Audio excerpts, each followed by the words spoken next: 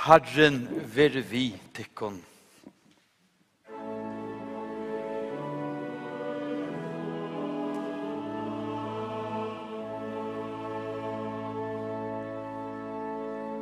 Og let nokon ødl bya.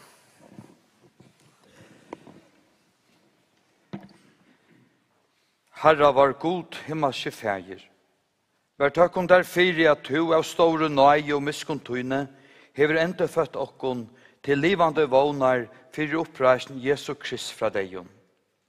Og vær byon til, hjelp okkon vi heila i andatunnen, at vi mer kjenna kraftena av oppreisen hansara, og samfellet og i lujungon hansara, og få nøy til at liva og til nutja levnei, og så la vinna fram til oppreisen tarra selo, og inna evig og gleina tjat her, fyrir elskeliga son tøyn, Jesus Krist var han Herre, som vi tar livor og rævor, og i einleika heila i andans, ein sannor god om altor og ever atlar.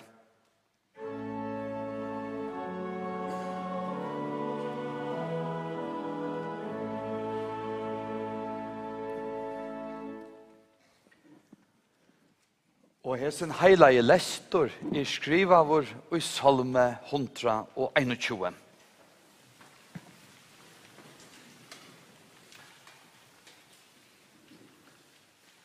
Ein høylagrums ferar sjonkur. Eie mine hevje til fjallana opp, kveane kjemur mun hjelp. Hjelp mun fra Herran og kjemur, skapara himmels og gjerrar.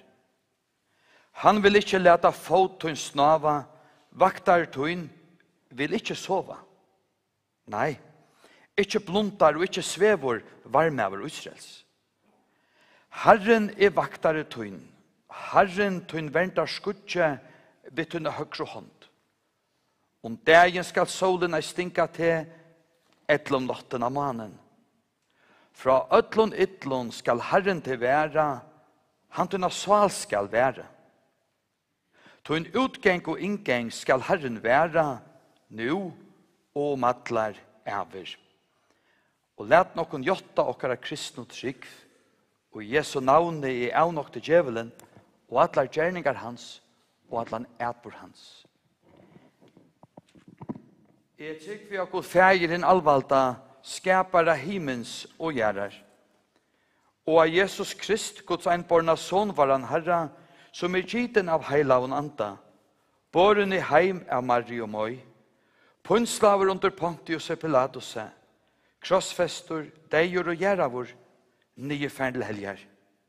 Tria dagen stein opp fra deion, færen til himmels, sittande vi høgre hånd Guds fægersins alvalda, hien han kjemmer at døma livande og deg.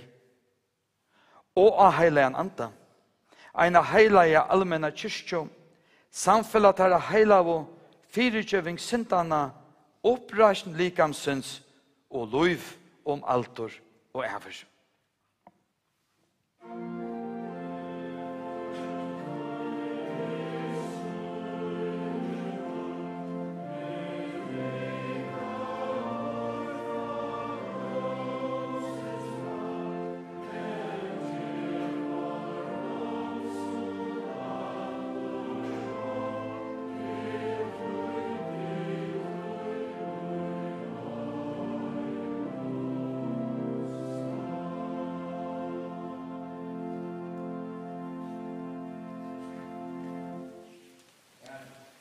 Abbe, Elsebeth, Simon, Mikael, Zachariasen av kyrkjo, hever tutt, nu solen at han fire fjall, gjørte Abbe Ova og J. Hansen, vanliga nevnter Ola Jakob i hotne leie til Sanchin, vid nu skulle Sintja, lektunnar sorgju. Hans Andreas Djurus, eier årene.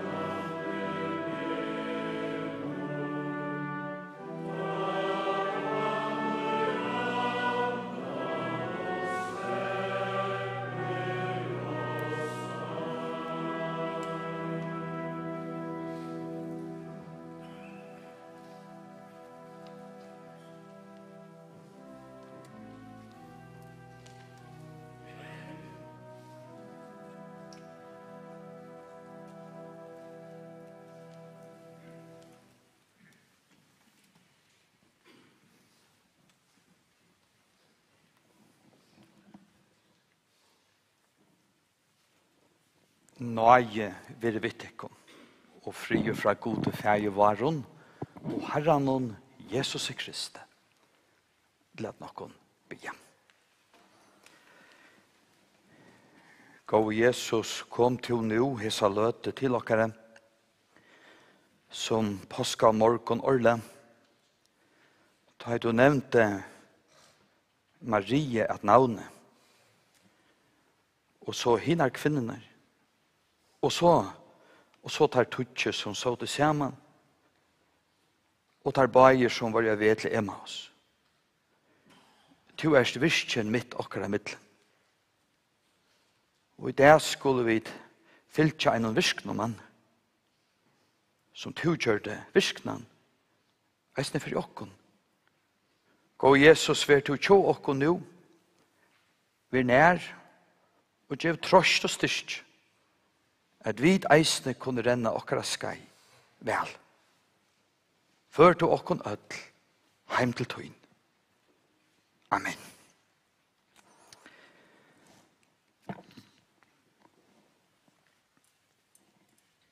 Og vi Olsen antaist brottlige.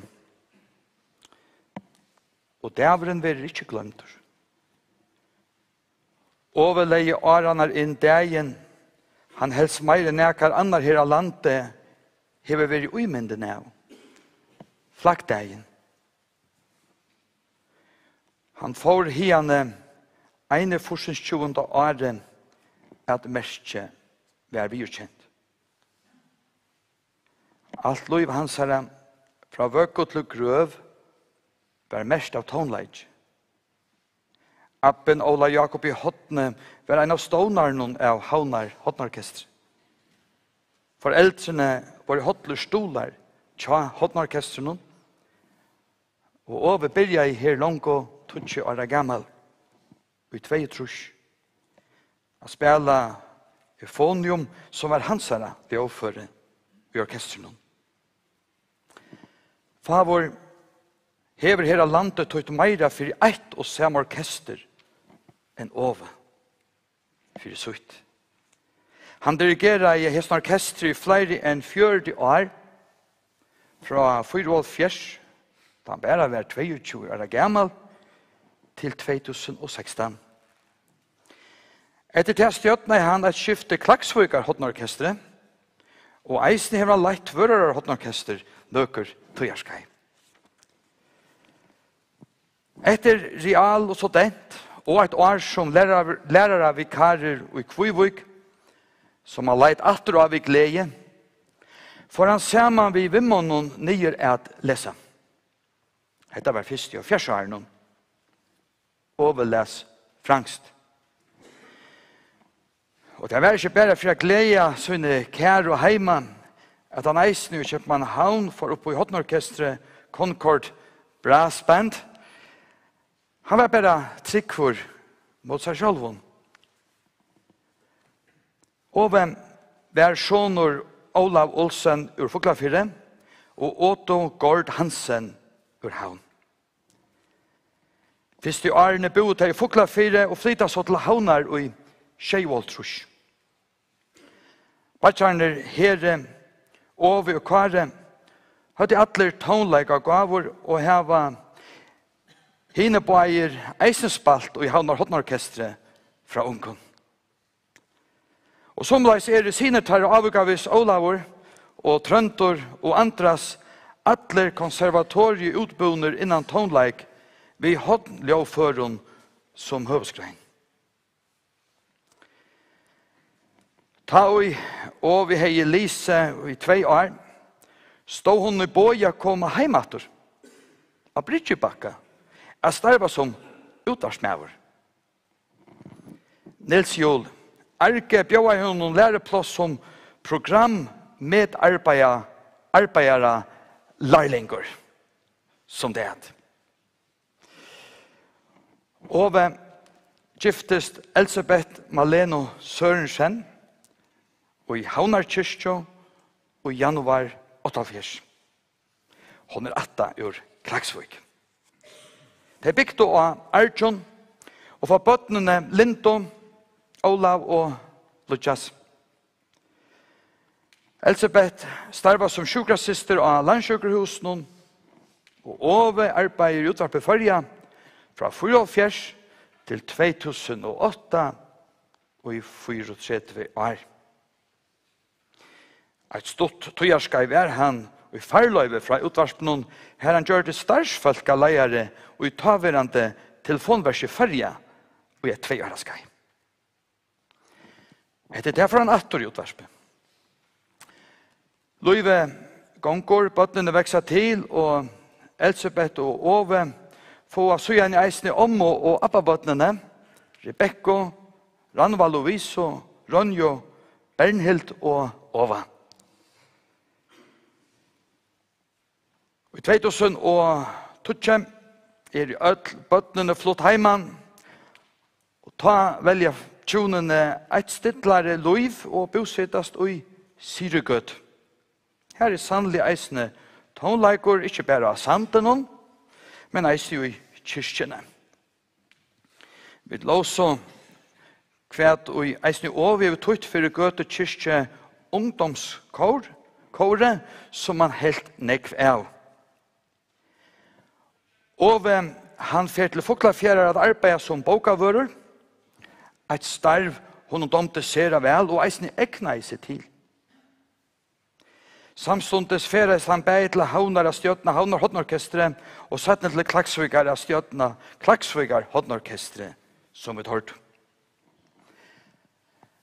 Overvær sera menneskjensligur og et godt folk. En god mævor, en god pape, en god vinor og en god starsfellag. Som Elisabeth sier, beste mer domte at tåsa vi var Ova. Gåvor og gløkker som han var. Hun kunne til dem spørre, hva sier du til dette? Han svarer ikke på en av veien, det gjør det også ikke. Men da det kom, var det bare omhugsa og greit og godt. Vel domte til kunne ta som politikk skilt hjem, og etnæst tekkun at finna steve og velja som politiske lei. Bøttene minnast av at være en toldan pappa, stolande og hjelpande, bæg om talan være om skolating og tonleik. At bøttene spalte ljåføre og ta imisk eisene gledde han sjåvand. Rekkelig ringte han til tekkun og spurte hvordan nu bøttene, altså appabøttene, visste vi. Og så tilværende fra en jævligen sjånarhottene, kunne vi si. Hetta kom til til gåa som levde og arbeidde sammen med gjennom. Han er viring for følge og tar av meningen. Og når kom til eisen at halta av honom. Han var løydelator og stillfører.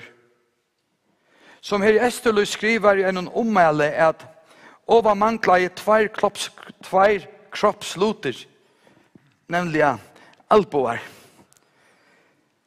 Han tolte at ånder finke en møveleika. Vi har ikke sagt. Det var eisne gå i evne hans at hugsa og reflektera som gå i bøtten hans så nekv. Det var gå i raven. Det var han fyrt til inte ta i to og i Nutjo som den første her landet for omsendingar og sjånvarspen som jeg kan Asbjørn Skåle tog sti til. Og hvis jeg eisne vi merker at jeg Olav for undergjøre tonlaga sendingar i kringvarspen og de lutja seg skriva en sang og sett seg vi klavere av sinja. Viner og starsfella var som hugsi og i stora mån veta sjåmo. Finke akåvan av tonlegaliste gavun hansara og øyeliga minna. Og vi var glad for atlan tonleik, men jeg har kunne stora avhva for klassisk tonleik. Og så han hei seljan tokka til eldre klassiske tonleikaskaltene som Mozart og Beethoven, var han ser avhåver og vitande om nutjan tonleik og tonasköld. Nok favor her av landet kunde gjørst honom hette etter. For over skulle tonleik å være vel ur hånden greitter. Så var han gåver. Honom domte eisne ser vel jazz tonleik og flere okkara minna støvra sendingarna tja honom vi heiten stjøtten og lø. Her han spalte velsvinkande jazztoner som til dømes tant tja Duke Ellington eller Ella Fitzgerald. Her kan nevnes at Ovia Tujarska eisen spalte alt saxofon ved Torsanar Big Band ser man vi med anna øron brante Øsserskin. Røtten tja Ova rørte folk okkara og i nøkur aratutsk. Han er en gåa og estetiska utvarsrødt som eisne høska seg til tøyende og dokumentarer.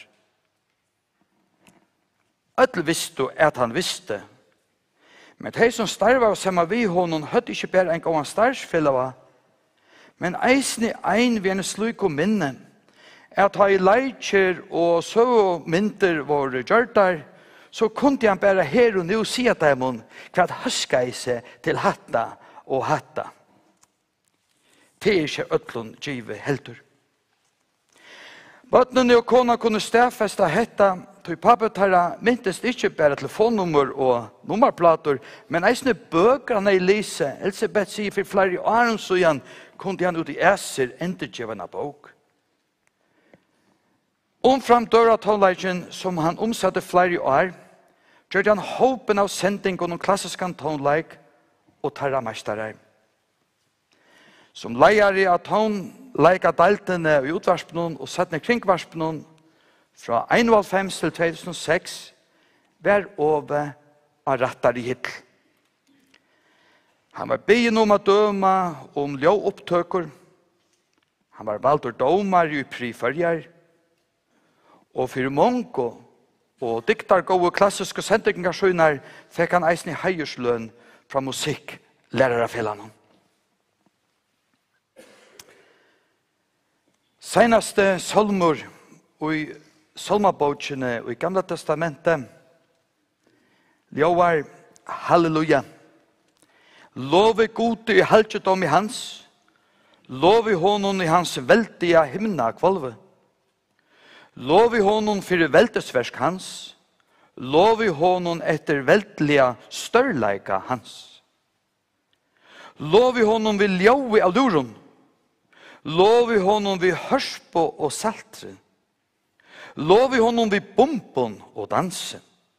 Love honom vi strandkjaleitje og fløyto. Love honom vi ljómande skalabumpon, love honom vi kvøtlun skalabumpon. Alt og i andadrott hevor Herran og love. Halleluja. Hette er den sørste av solmen.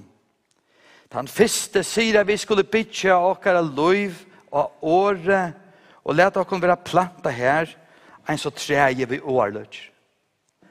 Men solman er enda vi har som lovsåndsje her ødel ljåføre skulde inn av paddelen og djeva honom heier og dord.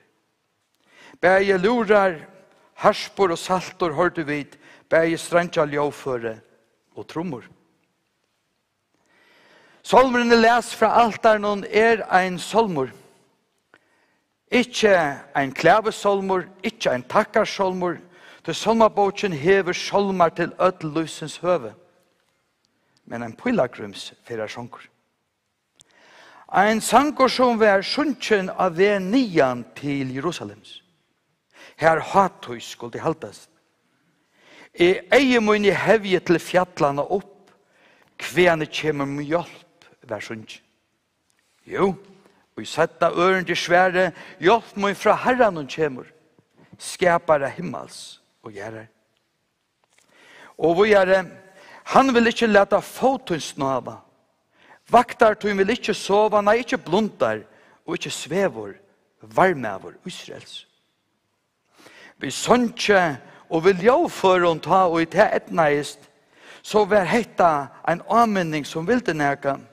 Han vil ikke leta foten snava, til vaktartun svever ikke.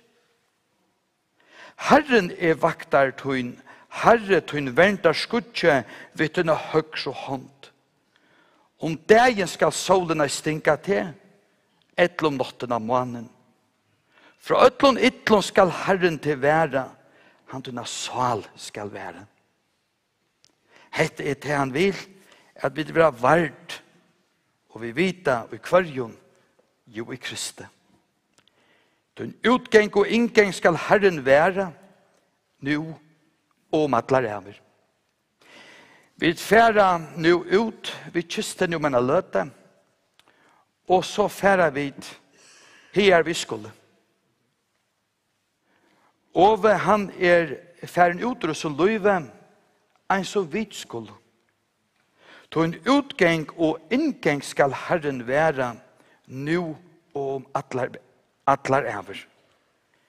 Må god være okkom, tar vi genga ut og inn, eisen tar vi genga ut senaste fyr, og før okkom heim til søgn.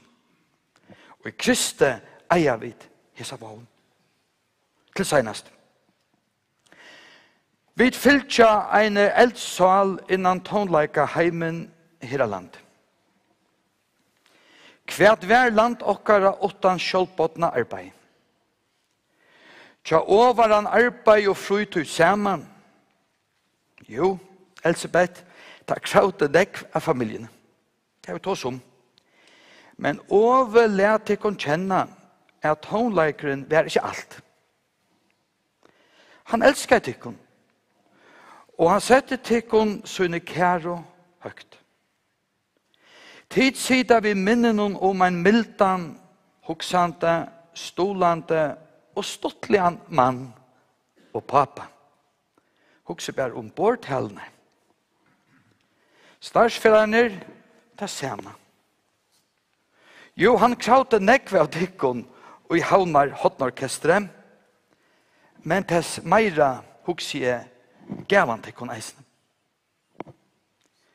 Og førja folk kan ut det takka over for kveitjande sendingar og kringvarsbeførja og hotakande tonleikar framførslur vi tikkun og i havnar hotnorkestre. Ta det fore bæg i tøy og i åtøy, altså og i øtlån vekse. Ta i jola trø skulle tentrast, jola godstjenesta sentast, grekarsmessan haltast, landstester spelast, Ólasøkan setast og merskje heisast. Og nu flagda en verte som flagge, merskje om landet alt, flagga jeg fyri ovan. Sannlega overrøntest fyrjon gåvor. Vi takk og vi virring vilja vi hesson årenløsa fri vi minne om Ova Olsen. Lät nokon begynne. Takk og god fyrir at du erst god. Du trånar iver fjötlenon, iver allheimenon, og vi kunne bæra tilbe at he. Hjelp okkon vi grunnt og åretøynon at vi har vendt og imot det her. Takk for det sikning og det styrke og det vogn som vi eier her. Takk Jesus at du begynner leien at enda og bjauar at vera vi og i fylgje okkara. Gå Jesus, hjelp okkon at gå om te, trykva te, og heva vogn okkara ut her. Takk for Ova, takk for det som han vær, for sunne kære, sitt arbeidsplass, sitt hotnorkester og for land okkara. Vi lett han ut tøynar henter og okkon øtl. Amen.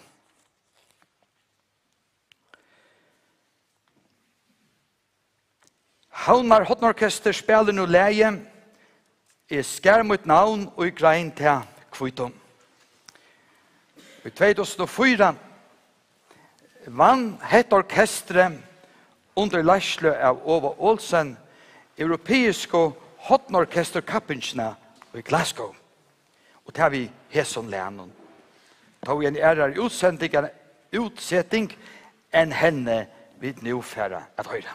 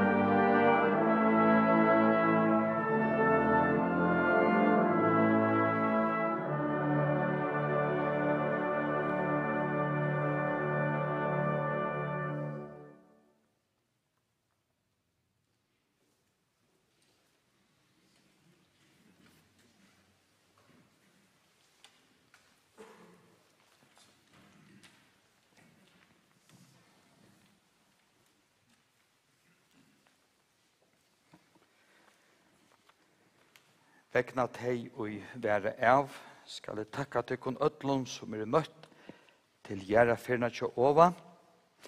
Her det var sunt honom heier og temon erværende samkjenslom. Takk ødl tid som har vist omsorgan ved minningar åren, allmenn vimerskingen, oppringingen og helsanon. Hjertelig takk tid og i Halmar Hotnorkestre for intenslige speltikkere begge undan gjærafyrne og under. Takk Trøndor for sera gåa laslo eisne. Og jeg vil si at du hever det ikke fra fremmanden.